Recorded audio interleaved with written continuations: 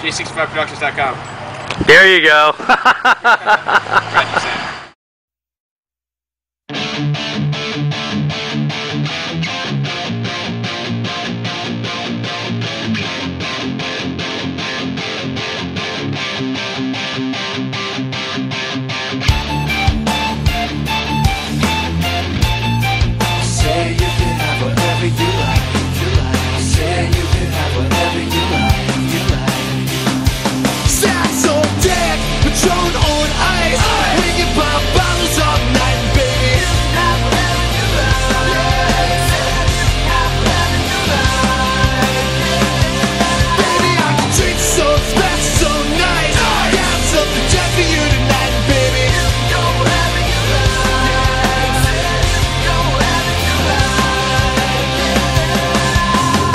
Anytime you want to pick up the telephone, you know it ain't nothing. Drop a couple stacks on you.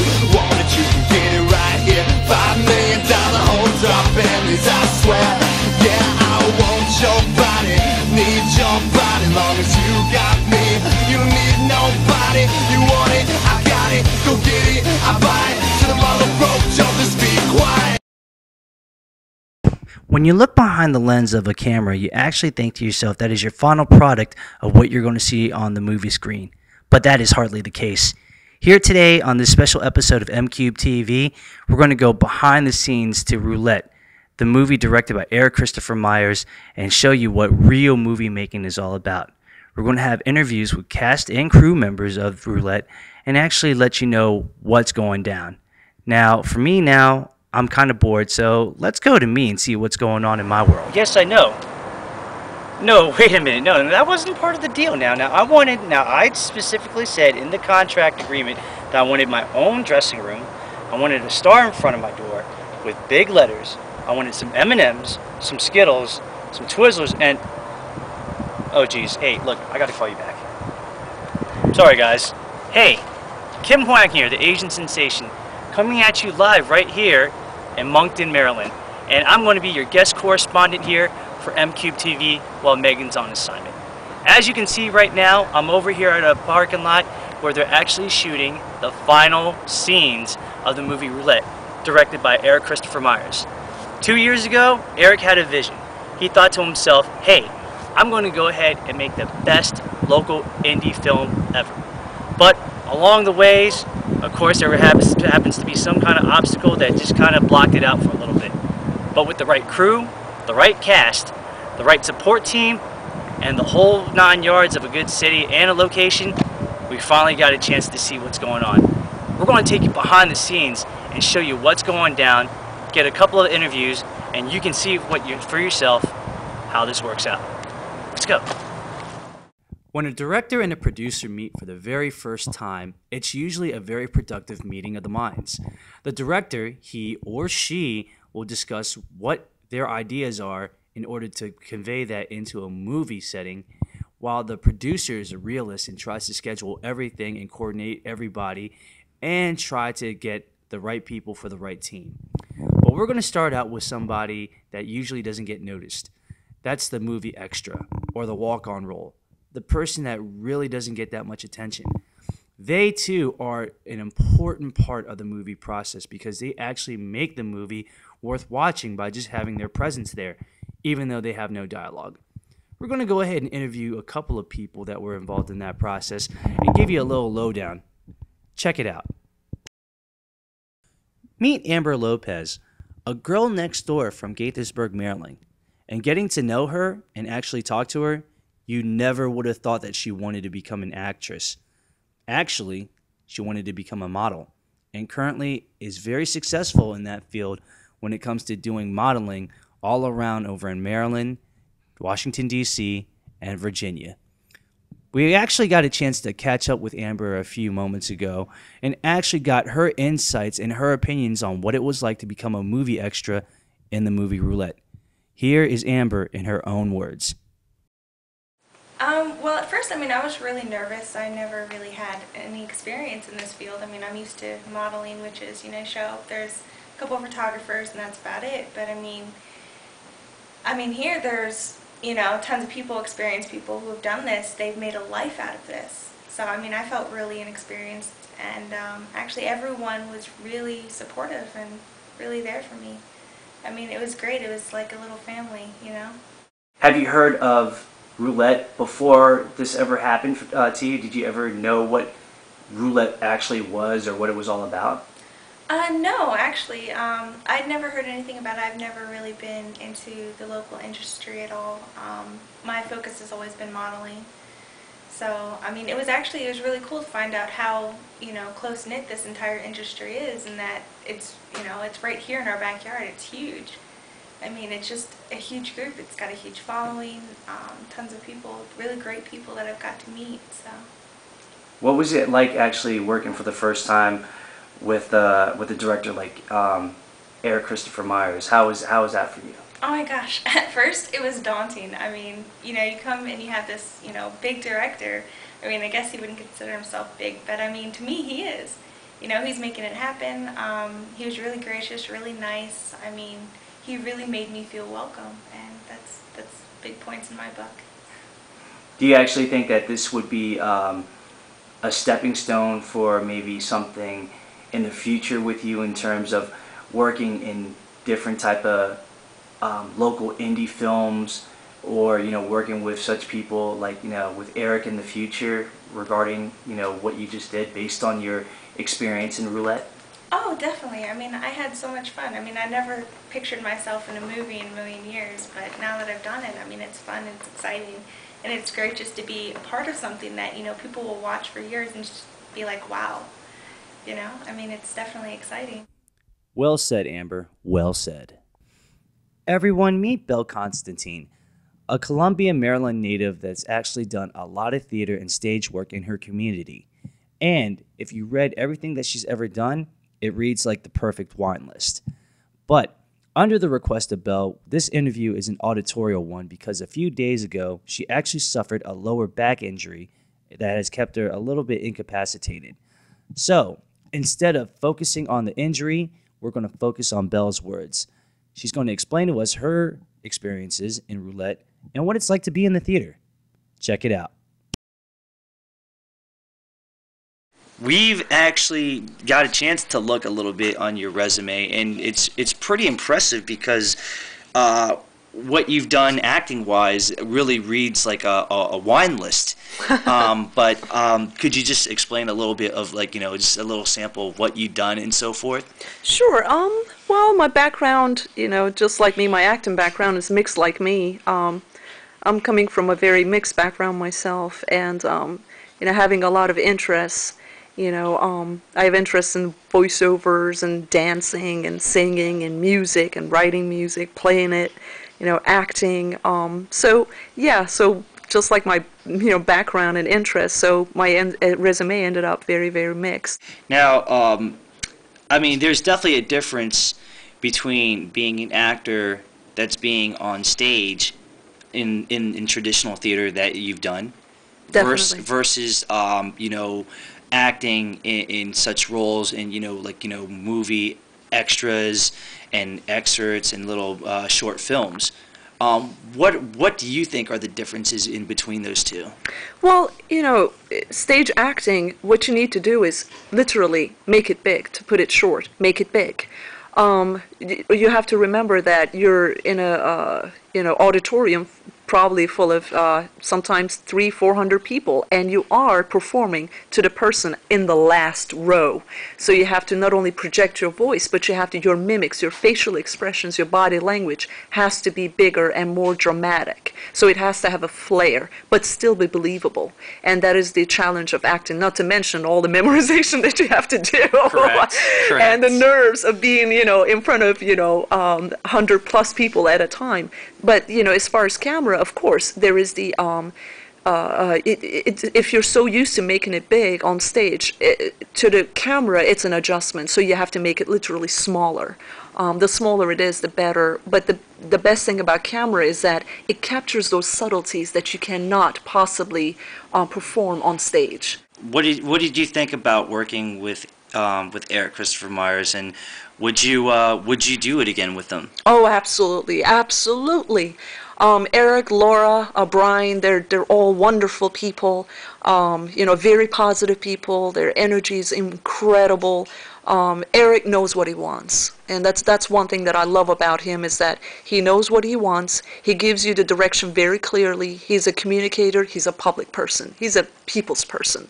So it's great to be working with a director like that, who not only has a vision, but is good with people. That's a rare combination. Correct. Same with Laura. She knows what she wants. She knows what to set up, where to set up, how to set it up, how to do it. And same with Brian. Total professionals, and the whole crew. So yeah, I would absolutely, definitely work with them. Actually, I've known Erik for a while, because I've been, very good friends with his father as well. He was a part of my cast. I did a little bit directing myself, and he was actually a part of my cast. And I can tell you, he was so talented. He's so talented. The apple doesn't fall far from the tree. And Erik also is an actor, so he's an actor's director. I can say that. So yeah, I'd work with him anytime, any place. In the movie-making process, everybody knows that the actors are the main focal points of the whole project, mainly because they're the ones that tell the story in not only an audio sense, but a visual sense as well. But everybody knows that when the actors first get onto the set, they're not going to be perfect right then and there off the bat. That is why they usually talk to all the directors and producers that are involved in the movie-making process to understand what's going on, what scene is what, how they're supposed to be in the scene, and etc., etc. And here, we actually got a chance on MCube TV to actually interview one of the lead actors, Mike Baldwin of Roulette. So, without further ado, here's a little intro on our friend Mike Baldwin and what this guy is all about. Mike Baldwin is a Forest Hills, Maryland native that has done a lot in the movie industry. He has actually done many films as not only being an actor, but an assistant producer and doing electrical work. Mike's character, Dean Jensen, is one of the lead characters for Roulette, and we actually got a chance to talk to Mike about his experiences with Roulette, and he gave us some insights of what the movie is all about in his own words. Check it out. Nothing much, but here we are, the man, the myth, the legend, the man that they call Mike Baldwin, one of the stars and the cast members of Roulette. So what actually went down today, man? First of all, those are all true things that Kim said. I'd like to give a shout out to Megan McGee, like the world's fastest friend request responder on Facebook. It was ridiculous. I've never seen anything like it. Today, we just went through the very last of the reshoots for Roulette. The last 3 scenes, and now we're finished. How long did this whole process take? Oh, for God's sakes. I don't know, 2 years? 2 years? From concept to completion. Nice. Yeah, about that, yeah. Nice. How do you think that throughout this whole experience, how it benefited you and benefited the whole crew? Well, I grew as an individual, as an actor, as a businessman, as everything, and I think all of the crew, we had different personality traits that we played off of each other. Like Brian being an asshole, which is good because he has to be. I picked up some of his bad habits, but that was a joke. But seriously though, like everybody had like traits, like, Jamie's like, take it easy bro kind of attitude, like that helped us out a lot. Where I'm like, we gotta get this done, and I can be a dickhead sometimes too, but Jamie like, kept us cool. Brad came in and helped us out. I don't know, man. We're all, if we weren't good friends before, we are now. So that was a good thing that came out of it. Nice. We're going to go ahead and see you over at the premiere when it happens? Yes, you will see me at the premiere when it happens. Mike Baldwin, ladies and gentlemen, check him out. It's going to happen. It will happen. Nice. All right. Yeah, look, we're going to have to go ahead and talk about this because this is really not cool. Now, specifically asked for some M&Ms. I wanted like the big pack, the humongous 2-pound bag, but you're not complying here. What? It doesn't really matter. Let me give you a call back. Agents, what are you going to do? They usually say in life, behind a good team, there's always a good coach. And in this case, behind a great cast, there was a man who really did it all. The director. And also a producer. Now, I would like to say, for example, that when you have something like that, it's kind of like Michael Jordan and Scottie Pippen. It's like, you know, Magic Johnson and AC Green. Or, if you want to go a little bit of the route of today, it'd be like, probably the best way to describe it would be like Ray Rice and maybe Ray Lewis, the great tandem teams. In this case, you have a great director of Erik Kristopher Myers and a great producer, his lovely wife Laura. We actually caught up with them a little bit earlier today and got a little bit of the lowdown of what's going on, how it works, and how it all went down. Check it out. Film directors are responsible for overseeing creative aspects for a film.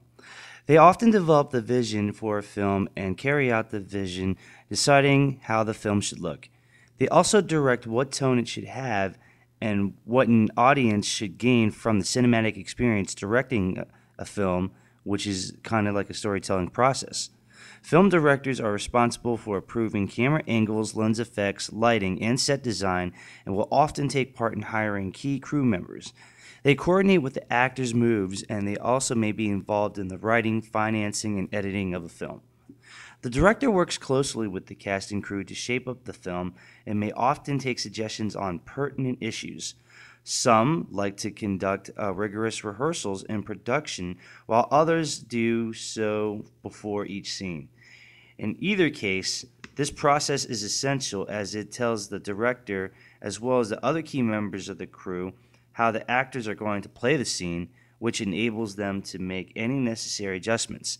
Directors are often using storyboards to illustrate sequences and concepts, and a director's viewfinder to set up camera angles. And there's only one person I know that was crazy enough to even do the job. So, without further ado, let's go ahead and meet the man that was about the mission. Everybody, this is Erik Kristopher Myers, the director of Roulette. Back in 2008, he actually had an idea to write the script for Roulette and make it a reality. But along the way, there were bumps on the road, and he had to actually put the whole project on hiatus for a moment. But fast forward that to a few years later to 2010, the present time, he actually decided to go ahead and fix what was necessary in order to make his dream happen. And like a grand champion of martial arts, Erik never gave up on his dream to actually make one of the greatest upcoming films ever of our generation.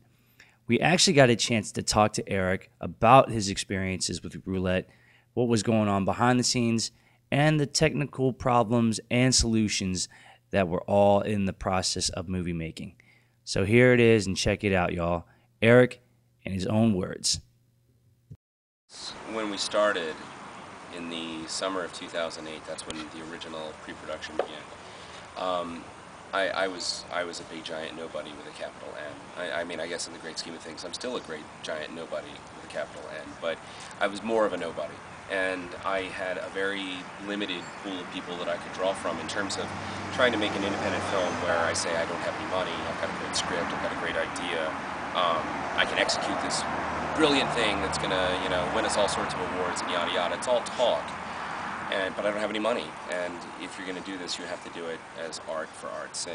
And you've got a limited pool of people who are willing to participate in that. And I was very fortunate because just about everybody, I want to say everybody that I got was very talented. Everyone was very dedicated, and it largely became sort of a point of writing roles to fit certain personalities, seeing who was available, and then sort of creating characters around those ideas. Roulette is about 3 people from very different lives who are playing a game of Russian roulette and the backstories that led them to this moment. It's a non-linear narrative. It's got these 3 characters who, clearly they're jigsaw pieces that don't mesh together, and they've got these, very complicated storylines that have brought them here. We don't know who they are. We don't know what's happened to them. We don't know anything about them. We don't really know what has brought them to this room until the very end of the film. And so it's interesting to see their backstories, to see what brought them here, but also to see how the backstories sort of intersect, how they intertwine.